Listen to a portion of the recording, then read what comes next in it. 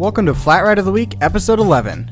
Good news for the two people who've been asking for these rides since week 1, as this week we're going to be talking about the Rotor/Gravitron.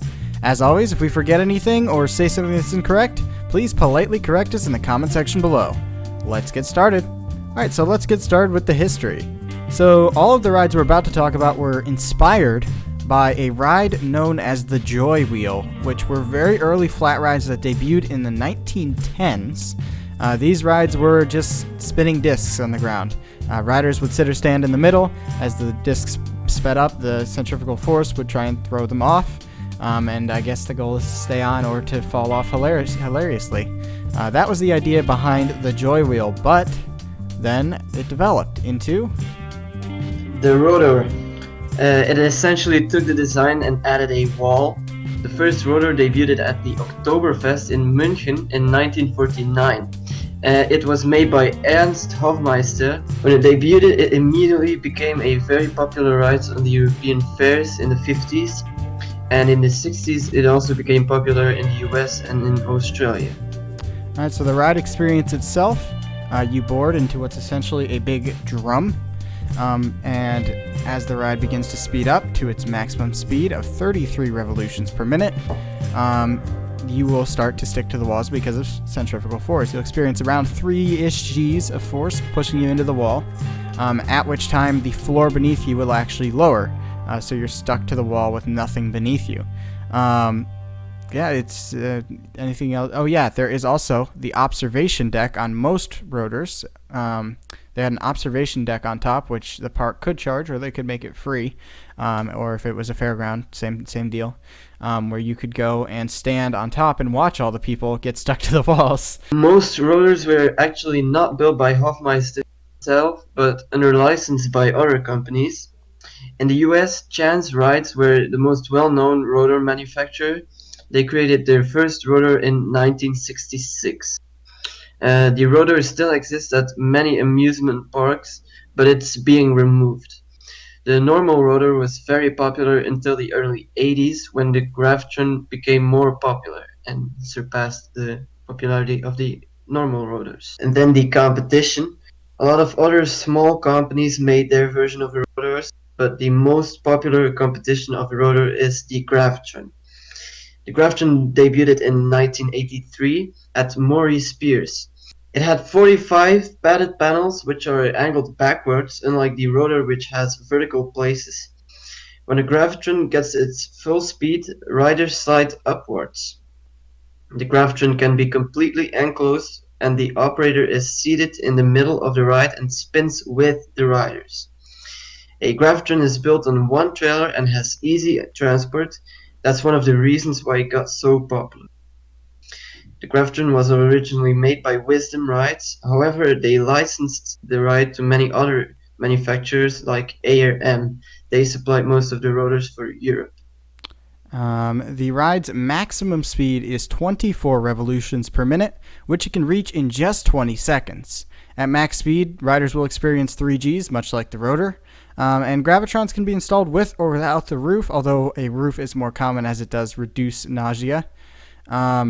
A Gravitron can fit 45 riders per cycle, as we mentioned, which gives it a theoretical capacity of 1,000 riders per hour, which is very high for a flat ride. And then moving on, we have the Roundup, which was a ride inspired by the rotor, which first opened in 1954, made by Frank Hubritz, which is a company at the time. The ride is like a rotor or a Gravitron, except that the ride tilts up to 50 degrees. And many of the original rides had to be manually parked by the operator to allow for unloading. But in 2003, Dartron made an improved Roundup named Zero Gravity. This version seats 33 riders and parks automatically. And to this day, there are still rotors being made or old ones being refurbished by small companies. For example, this rotor that you see now, it got built in 2018 and it's now traveling on the French fair circuits. And then the other facts. The first ride Anton Schwarzkopf made by himself was actually a rotor. It was built in 1955 and it traveled on German fair circuits. That's all we know about the ride. We really don't know much about it. All right, and then on to a few more. We have the last operating permanent rotors in the U.S. The ones that we know of are at Canopy Lake Park and Frontier City. So if you're near either of those parks, go and give those rides a ride. Don't know how long they'll have left. Notably, Worlds of Fun actually had theirs until 2017. And other installations, major installations, Cedar Point actually had one in the 1970s and 80s. Not exactly sure on the exact dates of addition and removal. My dad actually rode the rotor at Cedar Point and hated it. And then on to one cool fact about the Gravitron. Well, not so cool. In 1991, a Gravitron actually spun itself apart. The ride was traveling at the Missouri State Fair when the accident occurred. It led to Wisdom Rides modifying the ride with stricter safety standards. And yeah, anything else to add? Yes, actually. Oh wow. Okay, go ahead. Me myself, I saw a lot of Rotors and Gravitrons before, but I never really rode them because I thought they were nauseating and not fun. Until like when we already started Flat Ride of the Week, the request for the Gravitron video was high. A lot of people were asking for it. So I went to a fair and there was a Gravitron over there and I thought to give it a try and I really liked it. So if you think the same as me as I thought before, that Gravitrons are not fun or nauseating, they really are not that nauseating and they're super fun. You can just do what you want. You can lay upside down, you can just, if you want, you can roll around the whole Gravitron thing. It's very fun. You should really try one out if you have the chance, because Rotors are getting pretty rare in the US. Here in Europe, they're still very popular. Yeah, for sure. I mean, I've never ridden one, but I have certainly seen quite a few, and I always think, oh no, they're nauseating, I won't ride it. But I can tell you, next time I see one, I'm going to get on it.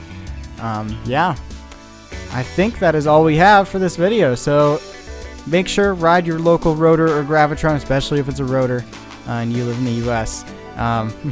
You don't know how much longer they'll be around. Appreciate these rides. They might be very fun. You never know. As always, thanks for watching, and we'll see you guys next week.